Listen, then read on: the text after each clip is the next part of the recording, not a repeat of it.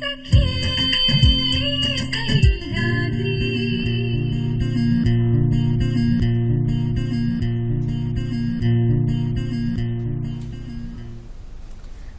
सखी सह्याद्रीच्या आजच्या भागात मी स्वप्न आपल्या सगळ्यांचं मनापासून स्वागत करते. मंडळी, 18 मे हा दिवस आंतरराष्ट्रीय वस्तुसंग्रहालय दिवस म्हणून साजरा केला जातो. खरं तर आपल्याला खूप मोठा ऐतिहासिक वारसा लाभलेला आहेच.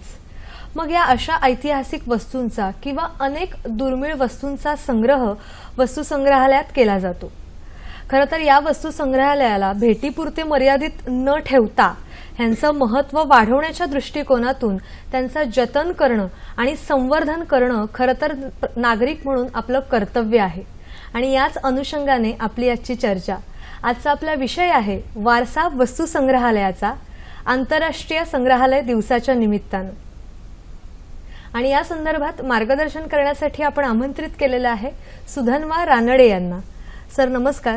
नमस्ते. सखी सह्याद्री कार्यक्रमात मनापासून स्वागत. धन्यवाद. सरांबद्दल ओळख करून द्यायची म्हणजे पुणे येथील राजा दिनकर केळकर संग्रहालयाचे ते संचालक म्हणून कार्य करत आहेतच. याशिवाय ब्रिटिश काउन्सिल 2004 ची त्यांना फेलोशिप मिळालेली आहे. गोएथे इन्स्टिट्यूट जर्मनी येथील आर्ट थिंक साऊथ एशिया, याशिवाय ministry of culture government of India, national culture fund आणि ब्रिटिश म्युझियम लंडन यांची म्युझियम लीडरशिपची फेलोशिप सुद्धा त्यांना मिळालेली आहे. या वस्तुसंग्रहालयाचा वारसा जपत असताना त्या दृष्टिकोनातून संवर्धन करायचं आणि ते कसं करायचं हे आज आपण सरांकडून जाणून घेणार आहोतच. कार्यक्रमात तुमचा सहभाग तितकाच महत्त्वाचा आहे. संपर्कासाठी दूरध्वनी क्रमांक काय आहेत पटकन पाहून घेऊया. 24908050, 24988050. मुंबई बाहेरचे प्रेक्षक आणि मोबाईलवरून फोन करताना 022 हा एसटीडी कोड फिरवायला विसरायचं नाहीये. सगळ्यांना माहिती आहेच, पण पुन्हा एकदा एक छोटीशी विनंती करते की प्रश्न विचारताना आपल्या दूरदर्शन संचाचा आवाज थोडासा कमी ठेवा, म्हणजे तुमचा आवाज तो प्रश्न आमच्यापर्यंत व्यवस्थित पोहोचू शकेल आणि आपल्याला आपल्या तज्ज्ञांकडून छान मार्गदर्शन करून घेता येईल. लगेचच करूया चर्चेला सुरुवात. आज आहे आंतरराष्ट्रीय वस्तुसंग्रहालय दिवस आणि या दिवसाच्या निमित्तानं विषय आहे वारसा वस्तुसंग्रहालयाचा आणि मार्गदर्शन करतायत सुधन्वा रानडे.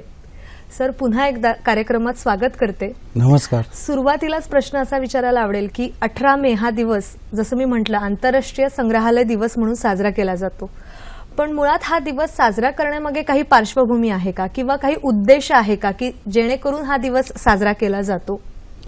संग्रहालयांकडे पाहण्याचा दृष्टिकोन किंवा आंतरराष्ट्रीय पातळीवर विविध प्रकारची संग्रहालय कोणत्या प्रकारचं कार्य करतायत आणि ते कार्य अत्यंत प्रभावीपणे जनतेसमोर यावं म्हणून साधारण 1977च्या सुमारास आंतरराष्ट्रीय पातळीवर संग्रहालय दिन साजरा व्हावा अशी एक कल्पना पुढे आली.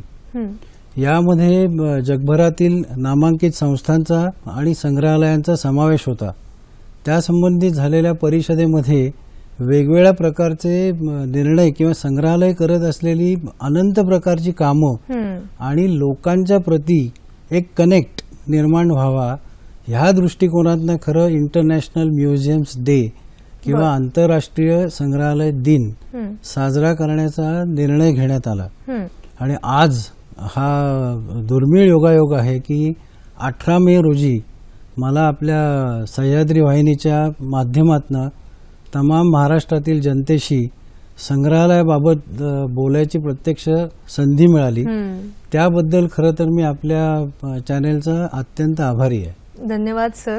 तुम्ही पुढे तुमच्याकडून जाणून घ्यायचंच आहे कारण का तुम्ही एका संग्रहालयाचे संचालक म्हणून कार्य करत आहातच. राष्ट्रीय आणि आंतरराष्ट्रीय पातळीवर सुद्धा अनेक संग्रहालय आहेत. मग हे सगळं करत असताना अशा काही संग्रहालयाचे प्रतिनिधित्व करणाऱ्या संस्था आहेत का राष्ट्रीय पातळीवर सुद्धा आणि आंतरराष्ट्रीय पातळीवर सुद्धा?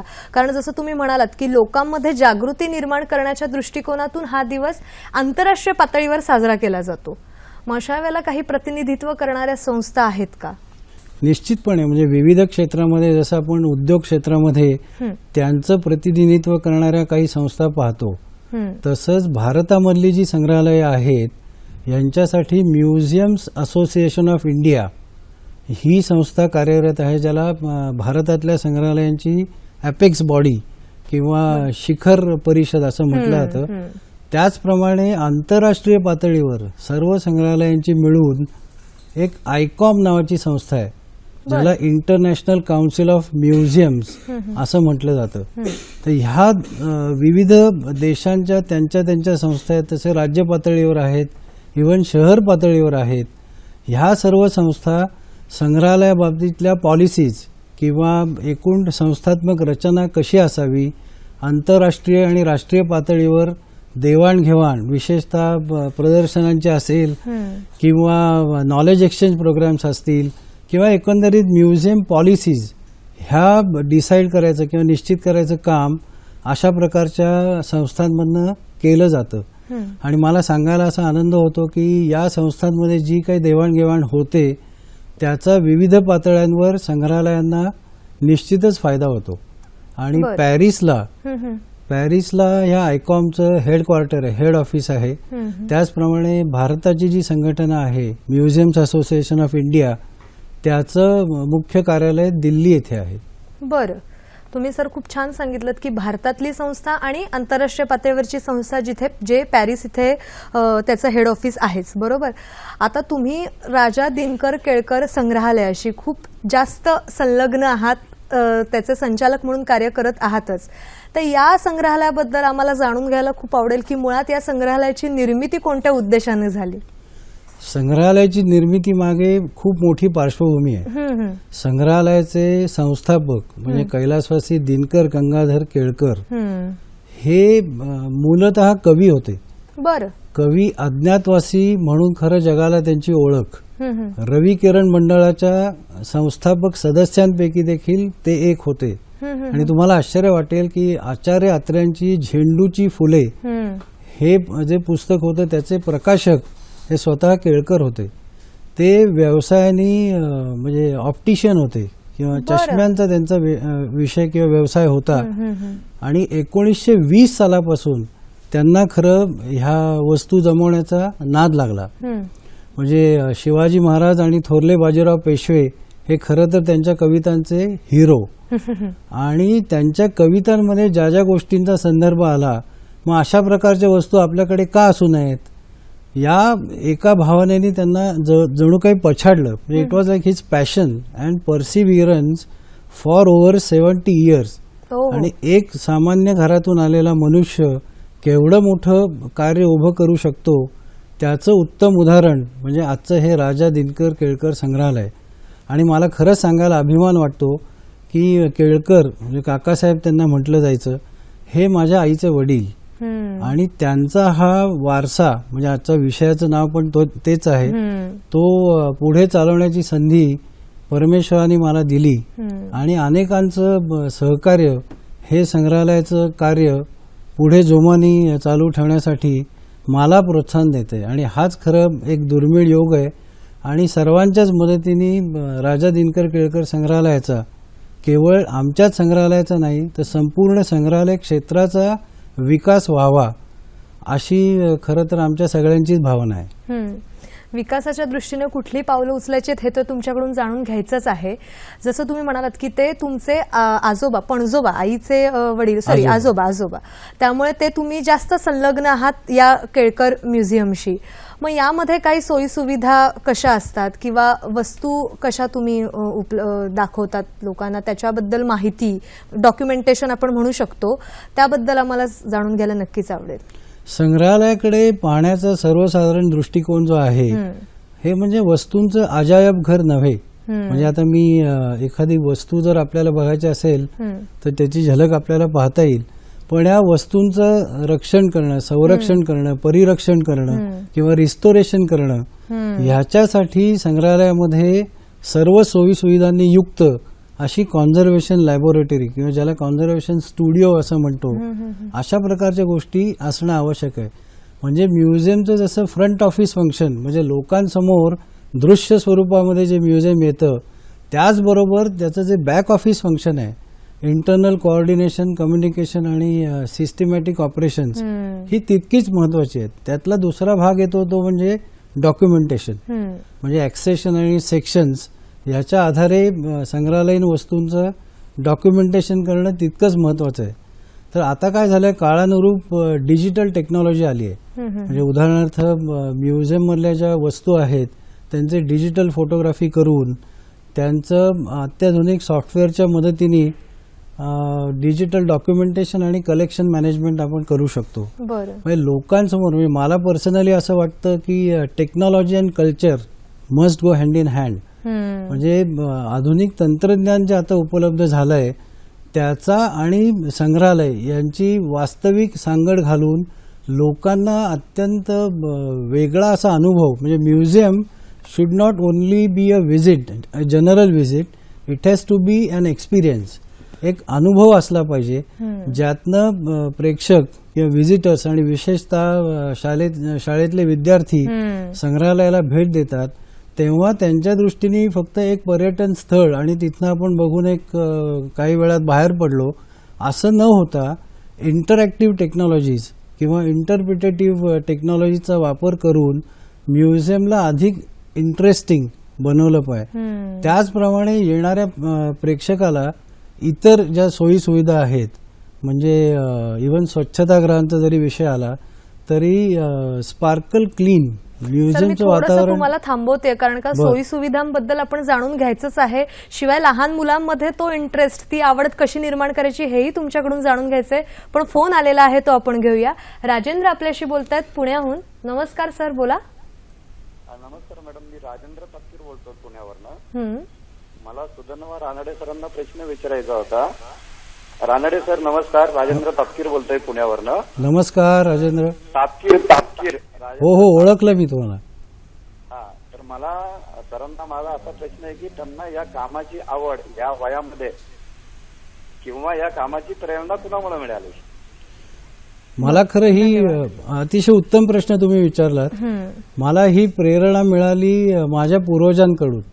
जसं संग्रहालयाचे संस्थापक दिनकर गंगाधर केळकर हे माझ्या आईचे वडील, माझी आजी, त्यांच्यानंतर माझे वडील डॉक्टर हरिगोविंद रानडे यांनी संग्रहालयाच्या संचालक पदाची धुरा सांभाळली. माझी आई रेखा रानडे, माझे दोन्ही बंधू सुदर्शन सुरेंद्र आणि अर्थातच माझ्याबरोबर काम करणारा राजा दिनकर केळकर संग्रहालयाचा स्टाफ आणि तमाम पुणेकर, ह्या सर्वांकडनं खरं तर मला ही प्रेरणा मिळाली आहे.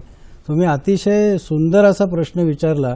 फक्त ह्या मिळालेल्या प्रेरणेचं रूपांतर आपण आमच्या संग्रहालयाचं आणि एकंदर संग्रहालय क्षेत्राचा सर्वांगीण विकास होण्याकरता कसा करू शकतो हे खरं आव्हान आहे. आणि त्या कामी इथून पुढील काळात देखील सर्वांचंच, विशेषतः शासनाचं मात्र सहकार्य लागणार आहे हे मी आवर्जून सांगू इच्छितो. सर, शासनाबद्दलही जाणून घ्यायचंच आहे की शासनाकडून तुमच्या कोणत्या अपेक्षा आहेत संग्रहालयाच्या विकासासाठी ते तर जाणून घ्यायचंच आहे. पण तुम्ही संग्रहालयाच्या सोयी सुविधांबद्दल बोलत होतात, त्याबद्दल सांगा ना. निश्चितपणे एखादं संग्रहालय लोकांसमोर येतं ते नुसतं वस्तू मांडल्या आहेत आणि त्याच्यावर काही प्रक्रिया केल्या आहेत एवढ्या पुरताच त्याचा हेतू मर्यादित नाहीये. तर त्या वस्तू तुम्हाला अधिक खुलवून कशा सांगता येतील, त्याच्यासाठी वेगवेगळी टेक्निक्स तुम्ही काय वापरू शकता.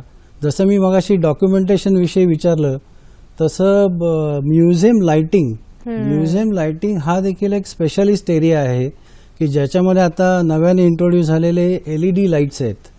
तर LED आहेत, त्याचं लाईट एमिटिंग डायोड्स, त्याचे काही विशिष्ट फायदे आहेत. म्हणजे म्युझियमचं लाइटिंग हे आकर्षक जसं असलं पाहिजे त्याचप्रमाणे ते सेफ पण असलं पाहिजे. तर LEDचा ॲडव्हान्टेज असा आहे की it does not emit UV और IR, म्हणजे अतिनील किरणं त्यातनं प्रसारित होत नाहीत. म्हणजे it does not build temperature inside the closed environment, for example the display case. तर त्यामुळे आणि एनर्जी कॉन्झर्वेशन हा त्याचा पुढचा फायदा आहे. तर स्पेशालिस्ट लाइटिंग अरेंजमेंट तुम्ही केलीत की उदाहरणार्थ आमच्या इथे मस्तानी महाल आहे, तर त्याच्यामध्ये जर तुम्ही मूड लाइटिंग करू शकलात तर तेच सौंदर्य किंवा तोच मस्तानी महाल हा अधिक देखणा दिसणारे, पर्यटकांना आकर्षून घेणारे. आता म्युझियम म्हटलं की त्याला एक वेगळ्या प्रकारचं इन्फ्रास्ट्रक्चर असणं गरजेचं आहे.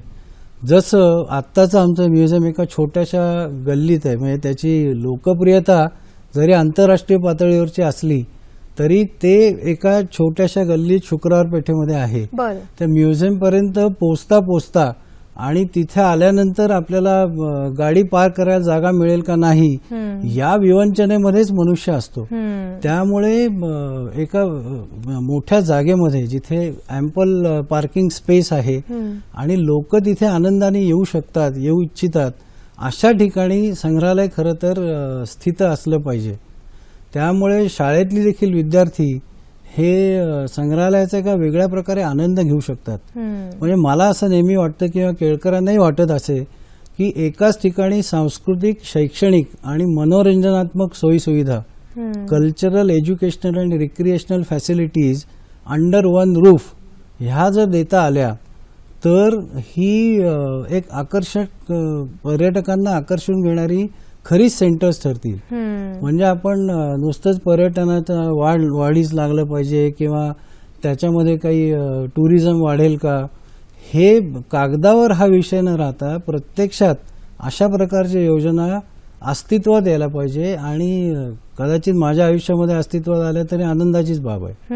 एकंदरीत संग्रहालयातला कशा सोयीसुविधा असल्या पाहिजेत, जसं की तंत्रज्ञानाची अचूक सांगड घातली पाहिजे आपल्या संस्कृतीसोबत, जेणेकरून मुलांना किंवा पर्यटकांना ते आकर्षणाचं केंद्र ठरेल.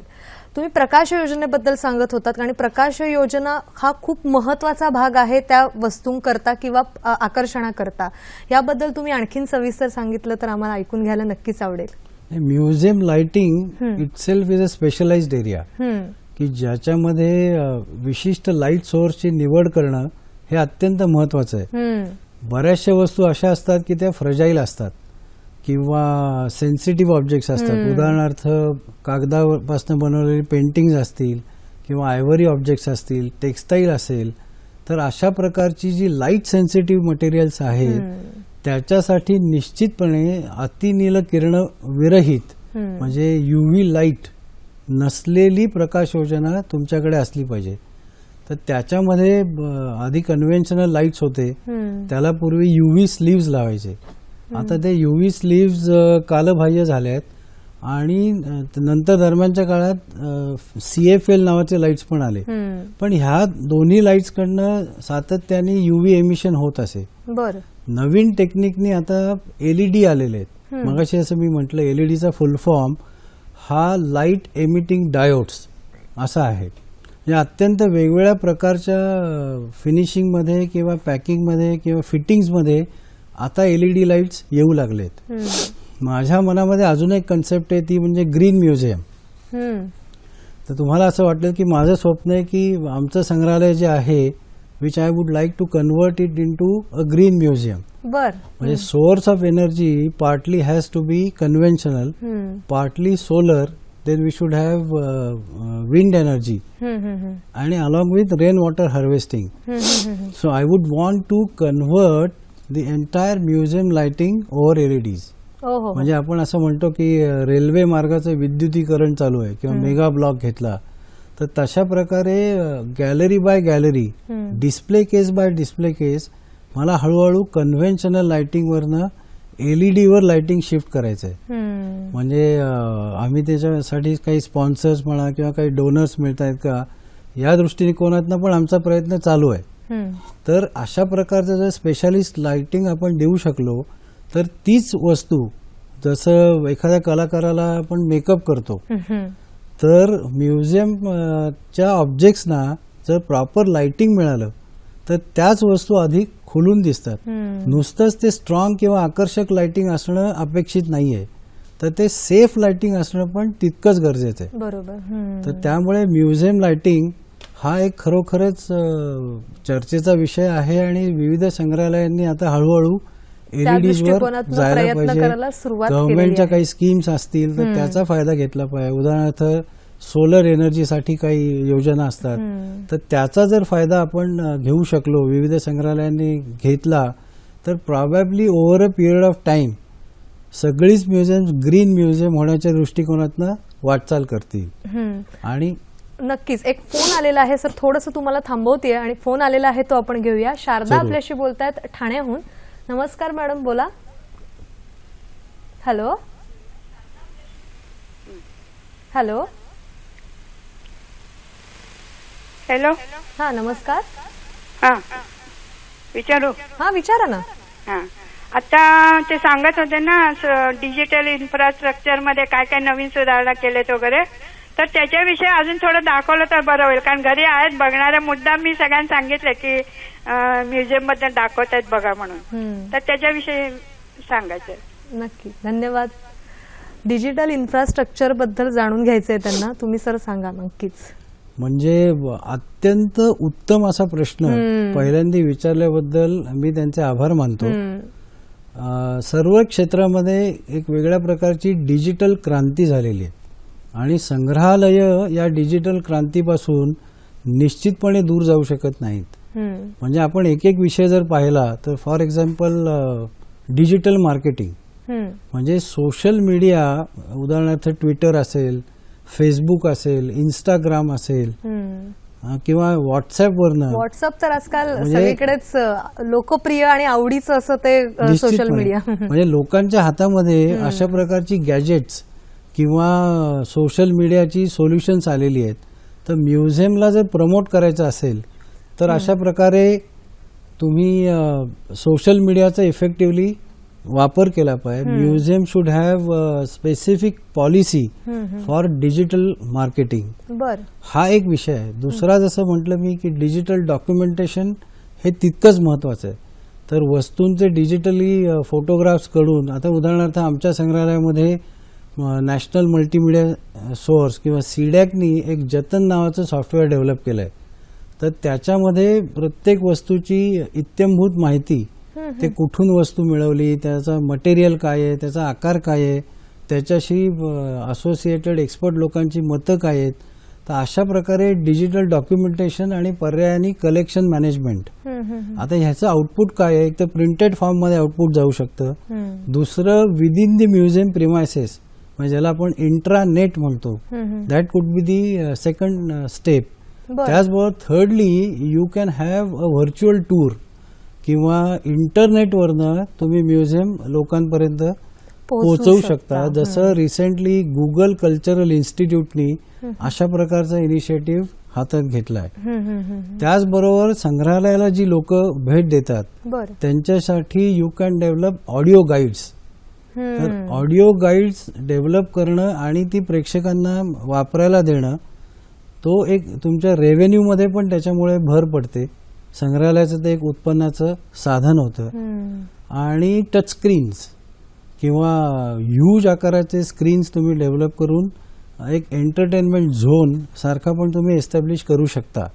म्हणजे त्या अर्थाने संग्रहालयामध्ये डिजिटल टेक्नॉलॉजीचा रोल हा अत्यंत महत्वाचा आहे. त्याचप्रमाणे मी जसं मागे म्हटलं की बॅक ऑफिस फंक्शन, म्हणजे ऑफिस ऑटोमेशन किंवा अकाउंटिंग सॉफ्टवेअर्स असतील किंवा सिस्टीम ओरिएंटेशन असेल, तर अशा प्रकारे तुम्ही टेक्नॉलॉजीचा वापर, आणि जसं माझं स्वतःचं एक ध्येय आहे की technology and culture must go hand in hand, तर ह्याच्यासाठी डिजिटल टेक्नॉलॉजीचा खूप मोठा वापर आहे. आता म्युझियमची वेबसाईट, त्या वेबसाईटमध्ये देखील तुम्ही इंटरॅक्टिव्ह वेबसाईट घेऊ शकता, ज्याच्यामधनं म्युझियमला भेट देणारे ऑनलाईन तिकीट बुकिंग करू शकतात.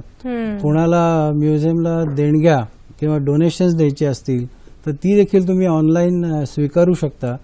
अशा प्रकारे डिजिटल टेक्नॉलॉजीचा खूप फायदा होतोय. आता आम्ही आमच्या राजा केळकर म्युझियममध्ये असं केलंय की पूर्वी फोटोग्राफी करायला परवानगी नसे, पण नंतर आमच्या असं लक्षात आलं की जर फोटोग्राफी आपण अलाउ केली तर एक तर नातेवाईकांना आपण घरी गेल्यावर भेटतो, मित्रांमुळे ते फोटो शेअर करतो आणि संग्रहालयाला उत्पन्न पण मिळतं आणि त्यातून म्युझियमची एक प्रकारे पब्लिसिटीच होत असते. आणि अशा प्रकारे फोटोग्राफी जेव्हापासून आम्ही आमच्या म्युझियममध्ये अलाउ केली तेव्हापासून राजा केळकर संग्रहालयाची लोकप्रियता ही अधिक वाढली आणि आम्ही अधिकाधिक लोकांपर्यंत, त्याला आपण माउथ पब्लिसिटी म्हणतो, निश्चितपणे पोहोचू शकतो. मी शारदाताईंना खास धन्यवाद देतो की त्यांनी म्युझियममध्ये डिजिटल टेक्नॉलॉजीचा रोल काय असा अप्रतिम प्रश्न विचारला. पुढला सुद्धा फोन आलेला आहे, तो आपण घेऊया. आनंद आपल्याशी बोलतायत ठाण्याहून. नमस्कार सर, बोला. हॅलो. हा नमस्कार, बोला. हॅलो. नमस्कार. नमस्कार, बोला. राजा केळकर जे उद्घाटन झालं 76 साली, त्यावेळेला मी शासनातर्फे हजर होतो. तर मला आता प्रश्न मुद्दाम विचारायचा आहे तो असा की ही जी जागा आता या संग्रहालयासाठी आहे ती अपुरी आहे याची मला पूर्ण कल्पना आहे. याच्या बाबतीत ते काय करतायत, शासनाला त्यांनी लिहिलंय का आणि त्याची आता स्थिती काय आहे? धन्यवाद. सर. राजा दिनकर केळकर संग्रहालयामध्ये सुमारे 21,000हून अधिक वस्तूंचा संग्रह आहे. आणि मला खरंच छान वाटतंय की तुम्ही 1975 आणि 1976च्या दरम्यान उद्घाटनाच्या वेळेला ते उपस्थित तुम्ही होते. प्रत्यक्ष उपस्थित होतात. याची देही याची डोळा तुम्ही संग्रहालयाचं उद्घाटन होताना पाहिलं. आणि माझे आजोबा म्हणजे पद्मश्री काकासाहेब केळकरांचा सहवास तुम्हाला प्रत्यक्ष लाभला. याहून अजून अपेक्षा काय ठेवायची. तर संग्रहालयाचा विस्तार व्हावा, संग्रहालयाचा विकास व्हावा, हे केळकरांचा स्वतःचाच ध्यास होता. आमची दुसरी पिढी आणि तिसरी पिढी त्या दृष्टिकोनातून गेले अनेक वर्ष शासन दरबारी प्रयत्न करतंय. शासनाकडून प्रतिसाद निश्चितच उत्तम मिळतोय.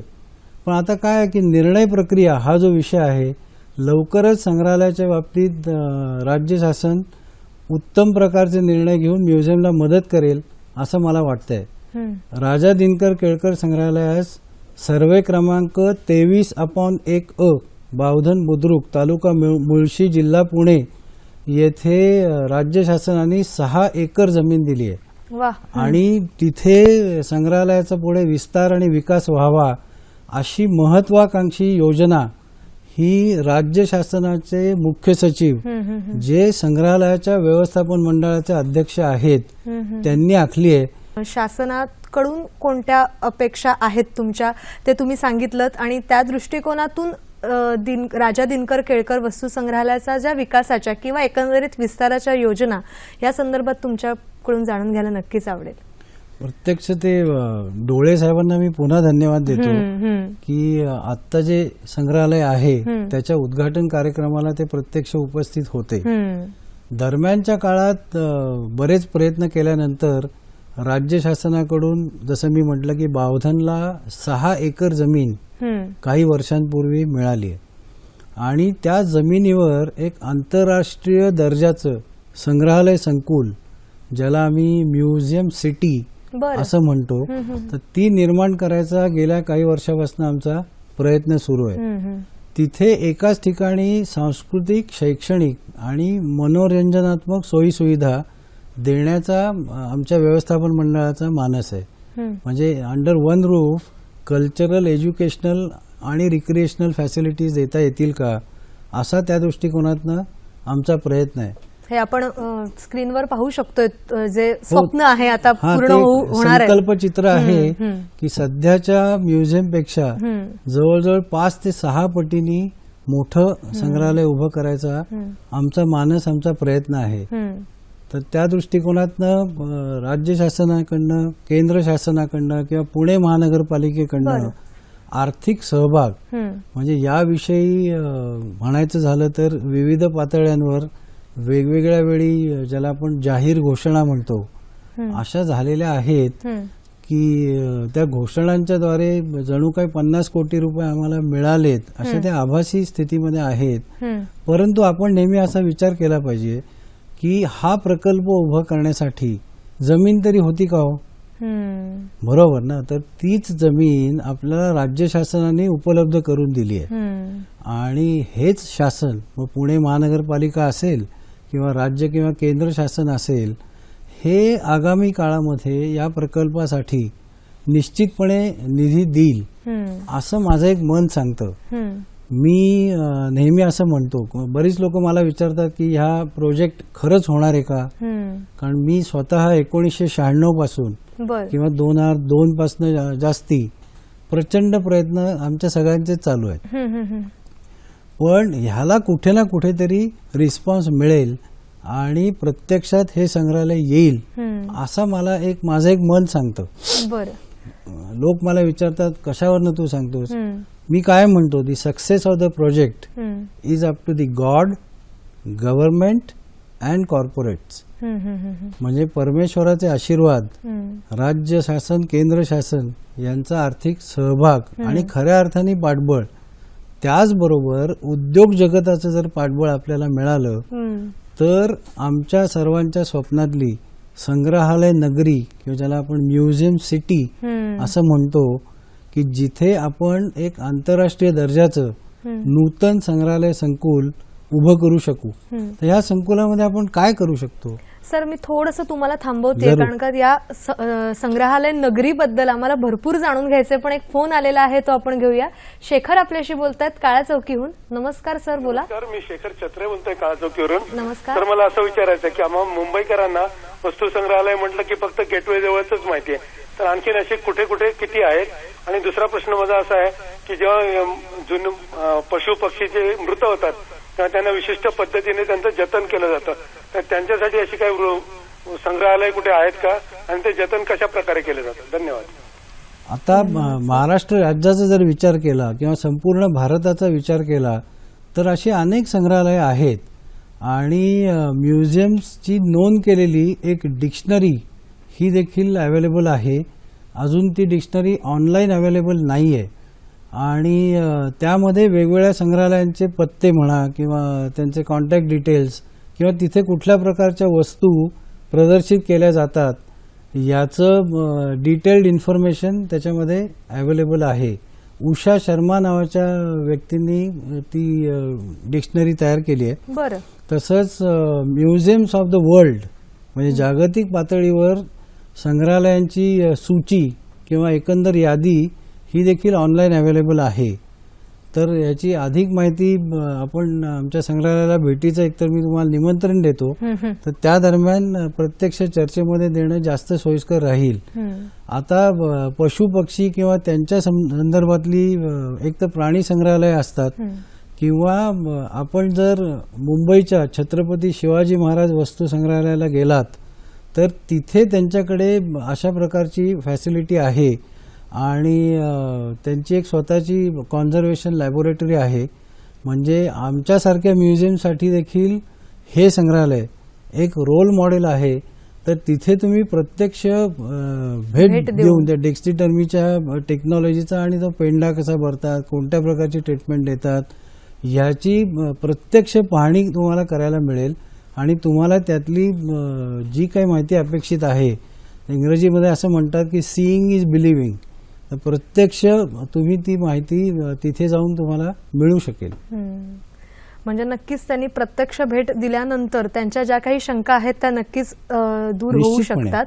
सर, तुम्ही संग्रहालय नगरीबद्दल सांगत होतात, त्याबद्दल नक्कीच आम्हाला आणखीन जाणून घ्यायला आवडेल, कारण का ते तुमचं खूप मोठं स्वप्न आहे ज्यामध्ये मनोरंजन, संस्कृती आणि शिक्षण एकत्र मेळ घातलेला आहे त्यांचा. काय सांगाल सर?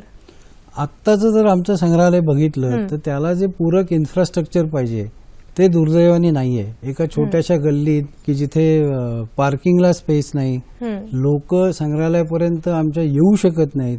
आणि ह्याचाच प्रत्यक्ष परिणाम म्हणजे संग्रहालयाच्या रेव्हेन्यूवर होतोय. आम्ही पुणे महानगरपालिकेचं कायम लक्ष वेधून घेत असतो की आमचा रस्ता रुंद करा, तो रस्ता दर्जेदार करा, तिथे येण्यासाठी फलक लावा. तर हे एक टेम्पररी सोल्युशन आहे. पण नवीन प्रशस्त जागेमध्ये जेव्हा तुम्ही जाल तेव्हा सगळ्यात महत्वाचा आणि जिव्हाळ्याचा विषय जो लोकांचा आहे तो म्हणजे पार्किंग. तर मुळात आम्ही तिथे पार्किंगला जास्त चांगली जागा देण्याचा प्रयत्न करू. त्याचबरोबर म्युझियम ही फक्त एक बिल्डिंग किंवा वास्तू न राहता त्याच्या बाजूबाजूचं जे वातावरण आहे किंवा जसं म्युझियम गार्डन किंवा म्युझिकल फाउंटन्स किंवा ते म्युझियम एक प्रकारचं थीम पार्क ही जी नवीन कन्सेप्ट आहे त्या धर्तीवर आधारित असलं पाहिजे. सर, मी थोडंसं पुन्हा एकदा तुम्हाला थांबवते. फोन आलेला आहे, तो आपण घेऊया. राजेश आपल्याशी बोलतात सोलापूरहून. नमस्कार सर, बोला. हा, नमस्कार. मी राजेश तोरबसे बोलतोय सोलापूर. हा, माझा रानडे सरांना एक प्रश्न आहे. त्याच्या सुरुवातीला त्यांचं अभिनंदन आहे. एक उत्तम प्रकारचं संग्रहालय ते. तर प्रश्न असा आहे की पाश्चात्य देशामध्ये राईचा पर्वत म्हणजे वस्तू छोट्या असताना सुद्धा मोठ्या प्रमाणात दाखवला जाते. पण आपल्या 5,500 वर्षाचा सगळा इतिहास आहे आणि त्याला जोडून ज्या वस्तू आहेत तेवढ्या सुंदर रीतीने सांभाळल्या जातात आपल्याकडे एकूण देशभरात. आणि शासकीय चळवळ जसं उदाहरणार्थ नवीन सरकारमध्ये तावडे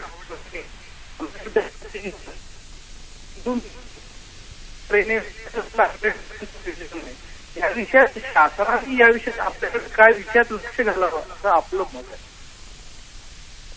धन्यवाद सर. पाश्चात्य देशामध्ये संग्रहालयाचं जे महत्व आहे त्या दृष्टिकोनातून आपल्या देशामध्ये जो वारसा लाभलेला आहे तर ते संग्रहालयाचं महत्व जतन करण्यासाठी कोणते प्रयत्न करणं आवश्यक आहे असा त्यांचा साधारण प्रश्न होता. कारण का काही तांत्रिक ह्याच्यामुळे थोडंसं ऐकू येत नव्हतं. तर एकंदरीत त्यांचा प्रश्न या धर्तीचा होता. परदेशामध्ये आणि असलेली संग्रहालय, मी अनेकदा मला ही संग्रहालय किंवा तिथे जाऊन प्रत्यक्ष काम करण्याची संधी मिळाली. सगळ्यात महत्वाचा तिथला जो विषय मला जाणवला तो म्हणजे त्यांना असलेली ऑटोनॉमी किंवा स्वायत्तता. शासनाने त्यांची भूमिका निश्चित केलेली आहे.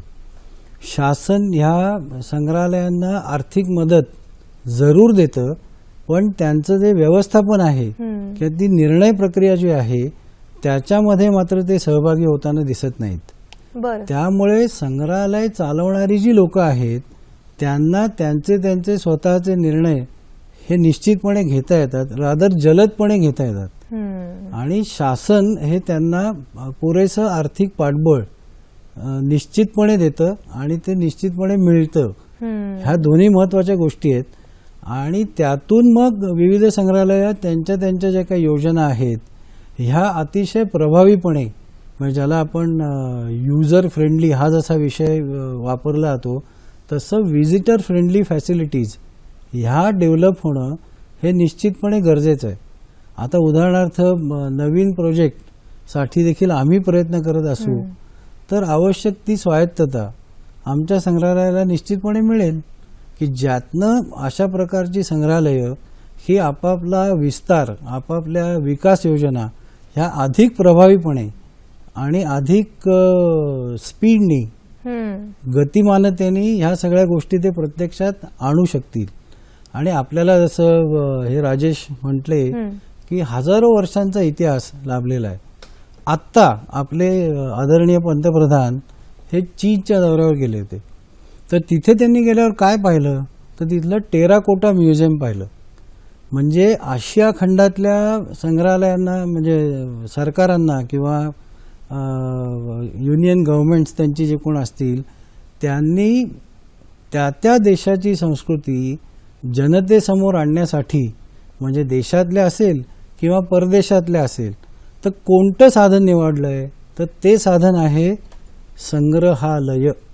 याचाच अर्थ की केंद्र शासन, राज्य शासन आणि विविध प्रकारच्या महानगरपालिका यांनी संग्रहालयांचा विकास, त्यांचं पुनरुज्जीवन करण्यासाठी काही संस्था किंवा संग्रहालय जर धडपडत असतील तर त्यांच्या पाठीशी ठामपणे उभं राहिलं पाहिजे आणि त्यांना जी अपेक्षित स्वायत्तता आहे ही निश्चितपणे द्यायला पाहिजे.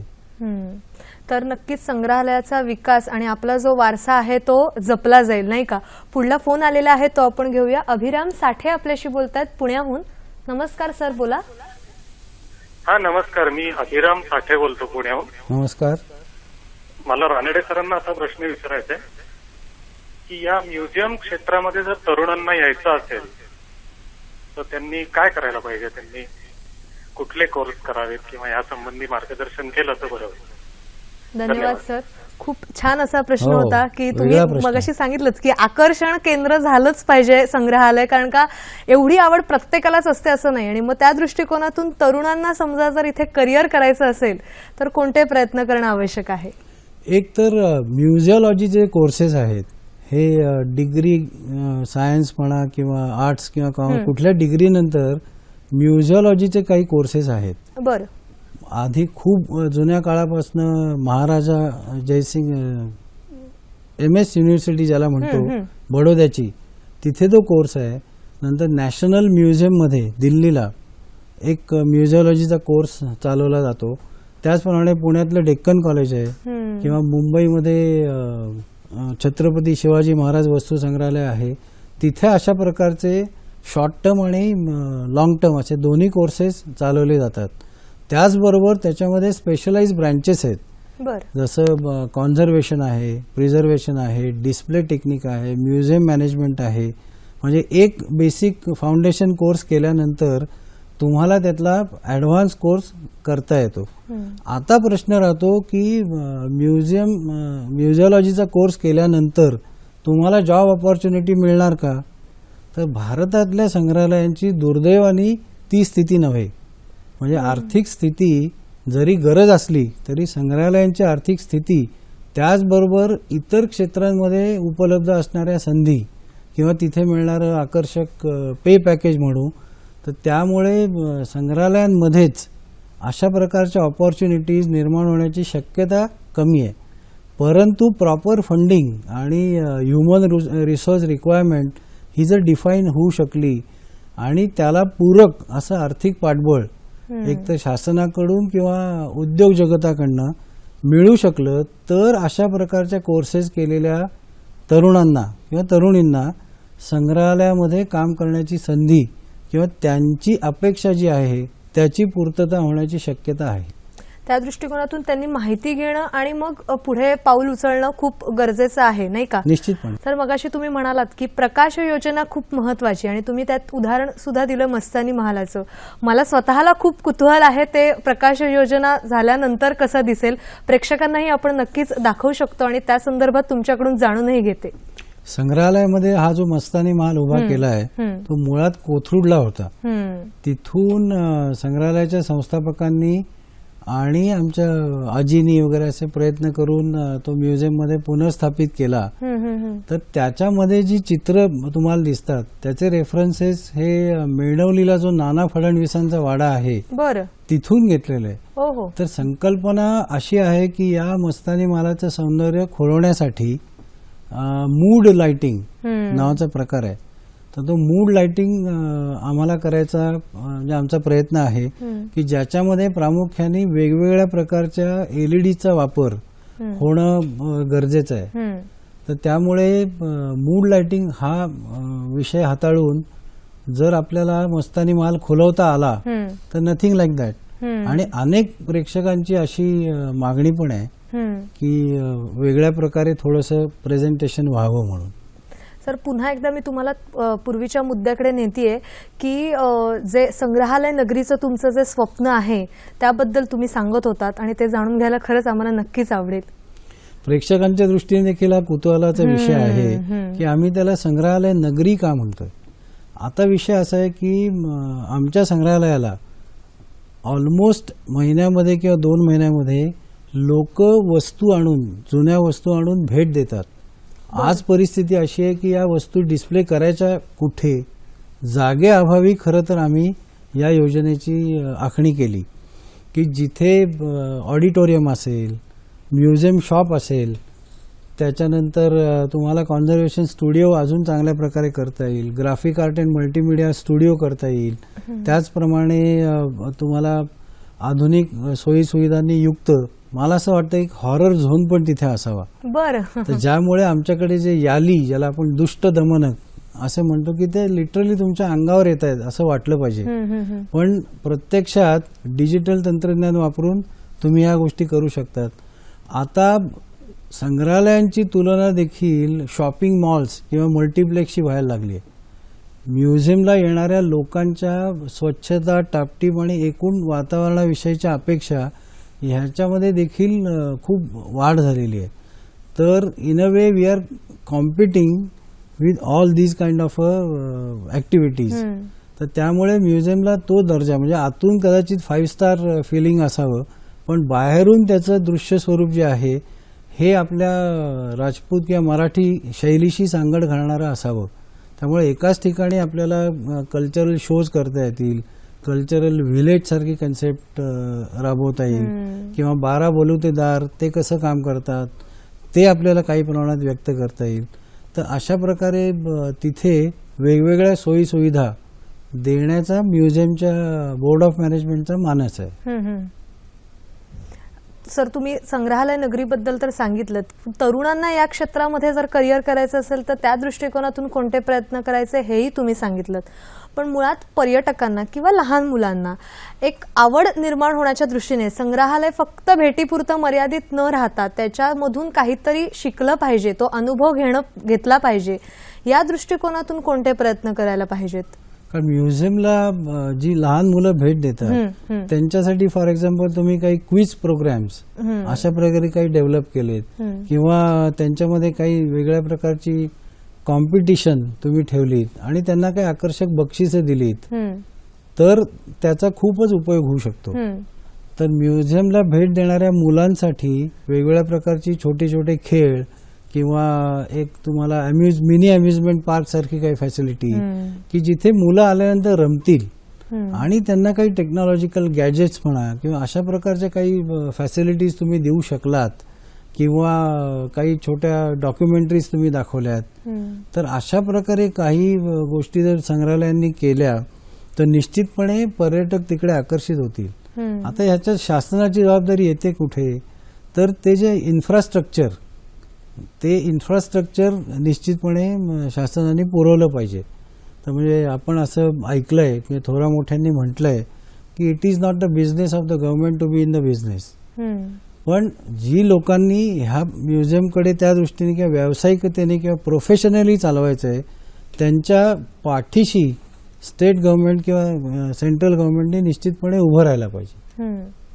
मग ह्या सगळ्या संग्रहालयाच्या वस्तू किंवा एकंदरीत संग्रहालयाचं व्यवस्थापन करणं म्हणजे खरंच एक खूप मोठं आव्हानात्मक काम असतं. मग त्या दृष्टिकोनातून कसे प्रयत्न केले जातात? एक संग्रहालयाचं व्यवस्थापन हा एक खूप मोठा विषय आहे खरं तर, पण अगदी थोडक्यात तुम्ही काय सांगाल? संग्रहालयाच्या व्यवस्थापन म्हणजे करायचं झालं तर सगळ्यात महत्वाचा विषय तो फायनान्शियल मॅनेजमेंट. म्हणजे अवेलेबिलिटी ऑफ फंड्स, तुम्हाला आवश्यक तेवढा निधी, मग तो अनुदान रूपाने असेल किंवा देणगी स्वरूपात असेल किंवा संग्रहालयाची जी प्रवेश फी असते त्या रूपाने मिळणारं उत्पन्न, तर ह्या उत्पन्न आणि तुमचा खर्च ह्याची सांगड घालता घालता बऱ्याचदा तारांबळ उडते आणि त्यातनं उदाहरणार्थ वेळेवर किंवा पुरेसं अनुदान जर तुम्हाला मिळालं नाही तर संग्रहालयाची फायनान्शियल मॅनेजमेंट, उदाहरणार्थ त्याचे रिकरिंग एक्सपेंडिचर आहेत, काही कॅपिटल एक्सपेंडिचर्स आहेत, काही ऑब्लिगेटरी आहेत, काही नॉन ऑब्लिगेटरी एक्सपेंडिचर्स आहेत, ही फायनान्शियल मॅनेजमेंट करणं, त्याचबरोबर तुम्ही जे प्रोजेक्ट्स करू इच्छिता त्याच्यासाठी इंडिपेंडेंटली फंड्स मिळवणं. आणि झालंय कसं की राजा केळकर म्युझियमकडनं सर्वसाधारण प्रेक्षकांच्या किंवा पर्यटकांच्या अपेक्षा प्रचंड उंचावलेल्या आहेत आणि त्या अपेक्षांची सांगड घालता घालता खरोखर एखाद्याचा जीव मेटाकुटीस येऊ शकतो. परंतु माझ्या नशिबाने मला इतके चांगले सहकारी आणि व्यवस्थापन मंडळावरील लोक आणि मार्गदर्शक लाभलेत की त्यांच्या मदतीने आम्ही हे शकट निश्चितपणे पुढे नेतोय आणि आगामी काळामध्ये आम्ही निश्चितपणे प्रयत्न करून या संग्रहालयाला एक आंतरराष्ट्रीय स्वरूप देण्याचा प्रयत्न नक्की करू. सर, ते संग्रहालय आंतरराष्ट्रीय संग्रहालय नगरी लवकरच प्रेक्षकांना किंवा पर्यटकांना भेटीला येणारच आहे, आधुनिक तंत्रज्ञानाने किंवा सोयी सुविधांनी युक्त अशी. त्या प्रयत्नांना शुभेच्छा तर नक्कीच आहेत. पण आज संग्रहालय दिनाच्या निमित्तानं तुम्ही सगळ्या प्रेक्षकांना अगदी थोडक्यात काय सांगाल? थोडक्यात सांगायचं झालं तर तुमच्या पूर्वजांकडे असलेल्या किंवा तुमच्याकडे असलेल्या वस्तू जपून ठेवा. आणि माझा अजून एक हेतू निश्चितपणे असा राहील की राजा दिनकर केळकर संग्रहालय दिवसेंदिवस मनूच्या माशाप्रमाणे विस्तारतच जाणार आहे. ज्या प्रेक्षकांना किंवा आता हा जो कार्यक्रम बघतायत किंवा त्यांचे नातेवाईक असतील तर राजा दिनकर केळकर संग्रहालयास तुमच्याकडील वस्तू निश्चितपणे देणगी स्वरूपात आम्ही स्वीकारू शकतो. अर्थात त्या वस्तूंचं मेरिट आणि संग्रहालयाच्या दृष्टिकोनातनं किंवा आमची जी थीम आहे museum of everyday art and crafts of India, ह्याच्याशी जर ते मेळ घालत असेल तर आम्ही या वस्तू निश्चितपणे स्वीकारू आणि तुमच्या घरात राहण्यापेक्षा त्या लाखो लोकांसमोर संग्रहालयाच्या रूपाने त्या पोहोचतील. तुमच्याकडे असलेलं कलेक्शन असेल तर ते लोकांपर्यंत पोहोचेल. म्हणजे आमचं संग्रहालयाने अशी अनेक संग्रहालय आहेत त्यांच्याशी आपला एक अतूट बंध, अतूट एक नातं निर्माण व्हायला पाहिजे. म्हणजे आता संग्रहालय आणि त्यांचं जतन, संवर्धन आणि पुढे विकास ही फक्त संग्रहालय चालवणाऱ्यांची जबाबदारी न राहता संपूर्ण समाजाने, विशेषतः शासनाने भरभक्कम पाठिंबा देऊन आपल्याच देशाची संस्कृती लोकांसमोर आणणाऱ्या संग्रहालयांचा कसा विकास होईल, कशी ती एका आंतरराष्ट्रीय स्तरावर जातील, यासाठी सर्वांनी मिळून प्रयत्न करणं ही निश्चितच काळाची गरज आहे.